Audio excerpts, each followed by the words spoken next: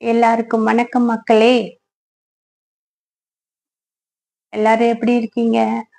இன்னைக்கான தலைப்பு, ஒரு சின்ன முடிவு நம்ம வாழ்க்கையோட பெரிய முன்னேற்றம் அப்படின்னு வச்சுக்கிட்டாலும் சரி, முடிவெடுக்க பயப்படுறவர்கள் முன்னேற முடியாது அப்படின்னு வச்சுக்கிட்டாலும் சரி, முடிவெடுக்க தயங்கவே கூடாது. நம்ம எடுக்கிற முடிவு நம்ம வாழ்க்கைய மாற்றி அமைக்கும் அப்படின்னு நம்பணும். ஒரு சின்ன கதை சொல்றேன். ஒரு ஊர்ல ஒரு கிராமத்துல பிறந்த பெண் இருந்தா. அவளுக்கு ஓவியம் வரைவதுல ரொம்ப திறமை. ஆனா அந்த திறமை அவகிட்ட வச்சுட்டு, ஓவியம் வரையறது நம்மளோட திறமை. இத மத்தவங்களுக்கு சொல்லி கொடுத்து நம்ம ஒரு ஆர்ட் டீச்சரா இருக்கலாம் அப்படின்னு நினைக்கும்போது, அவளுக்கு மனதுக்குள்ள ஒரு சந்தேகம் வருது. பயம் வருது. இத நம்ம சுற்றி இருக்கிறவங்க என்ன நினைப்பாங்களோ அப்படிங்கிற பயம். சுத்தி இருந்தவங்கள பத்தி இப்படிதான் நம்ம நிறைய நேரம் நம்ம இப்படிதான் தப்பு பண்றோம்.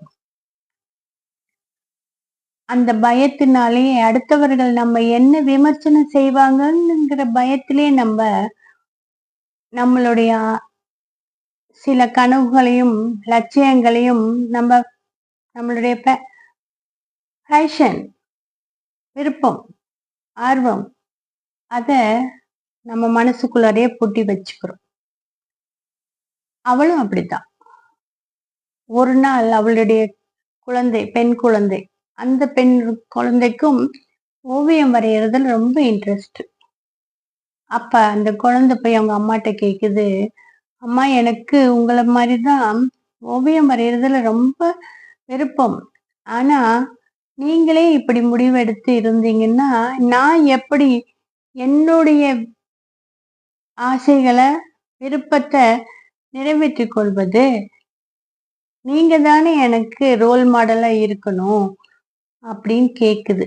அந்த ஒரு சின்ன பொறி அவளை தூண்டி விடுது. ஒரு சின்ன ஸ்பார்க் நம்ம வாழ்க்கையை மாற்றி அமைக்கும் பாருங்க. அது மாதிரி உடனே தன்னோட தயக்கத்தையும் குழப்பத்தையும் தூக்கி போட்டுட்டு ஒரு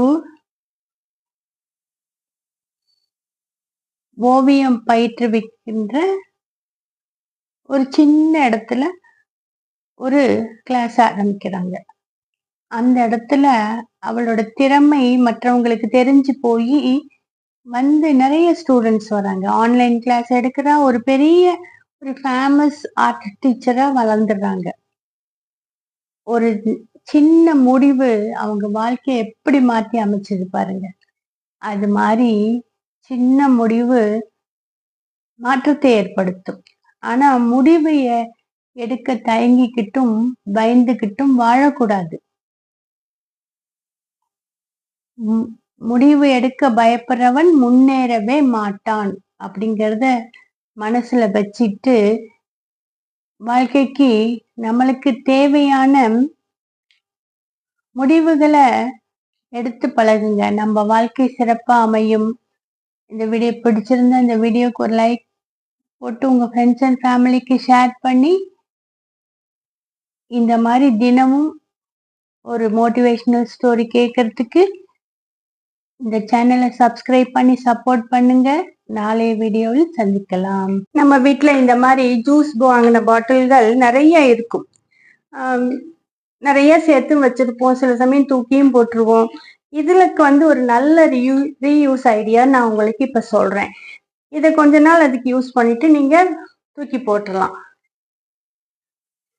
இந்த மாதிரி ப்ரொவிஷன்ஸ், பருப்பு வகைகள், மிளகு, சீரகம் இது போட்டு வைக்க இதை பயன்படுத்தி, இதுல நான் இன்னும் ஒன்றும் ஃபில் பண்ணல, உங்களுக்கு வீடியோக்காக தான் இதை காமிச்சிட்டு இருக்கேன். இதுல ஃபில் பண்றது ரொம்ப ஈஸி. நம்ம பேப்பரை இப்படி பொட்டணம் அடிக்கிறதுக்கு சுத்துவோம்ல, சுத்தி வைக்கிற மாதிரி வச்சா சீக்கிரம் ஃபில் பண்ணிடலாம். ஏன்னா இதோட வாய் பகுதி அகன்று இருக்கறனால கொட்டுறது சிரமம் இல்லை. இதுல நம்ம ஸ்டோர் பண்ணும்போது எந்த பொருள் எவ்வளவு மிச்சம் இருக்குதுன்னு டக்குன்னு நம்மளுக்கு தெரிஞ்சிடும். அடுத்தது இடத்தையும் அடைக்காது.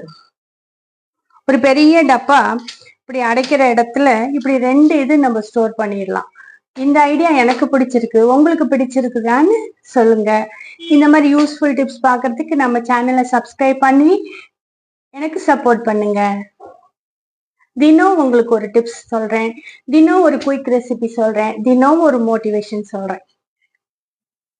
என்னடா பீட்ரூட்டை தண்ணிக்குள்ள போட்டு வச்சிருக்கேன்னு பாக்குறீங்களா? இதுவும் உங்களுக்கு ஒரு டிப்ஸ் சொல்றதுக்கு தாங்க. தினம் ஒரு டிப்ஸ் சொல்றேன்னு சொல்லியிருக்கேன் தானே, அதுக்கு தான் இது. நம்ம காய் வாங்குவோம், வாங்கி ஃப்ரிட்ஜுக்குள்ள வைப்போம். ஒரு 1 வீக் 10 days ஆனதுக்கு அப்புறம் காய் இப்படி வாடி போன மாதிரி ஆயிடும். அதை நம்மளுக்கு தூக்கி போடவும் மனசு வராது, கட் பண்றதுக்கும் சவுக்கு சவுக்குன்னு ஒரு மாதிரி இருக்கும்.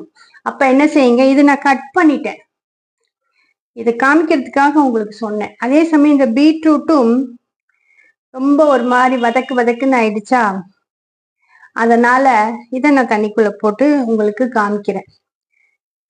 அப்படியான வெஜிடபிள்ஸை என்ன செய்யுங்க, ஒரு பாத்திரத்துல தண்ணி எடுத்து ஒரு பிஞ்ச் சால்ட் போட்டு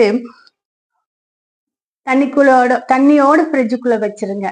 அந்த வெஜிடபிள் நம்ம வெளியில ஒரு இன்னைக்கு வச்சுட்டு நாளைக்கு மார்னிங், இன்னைக்கு ஈவினிங், இன்னைக்கு நைட்டு வச்சுட்டு நாளைக்கு மார்னிங் எடுக்கும்போது நல்லா ஃப்ரெஷ்ஷா நம்மளுக்கு சமையலுக்கு ஃப்ரெஷ்ஷா கிடைக்கும்.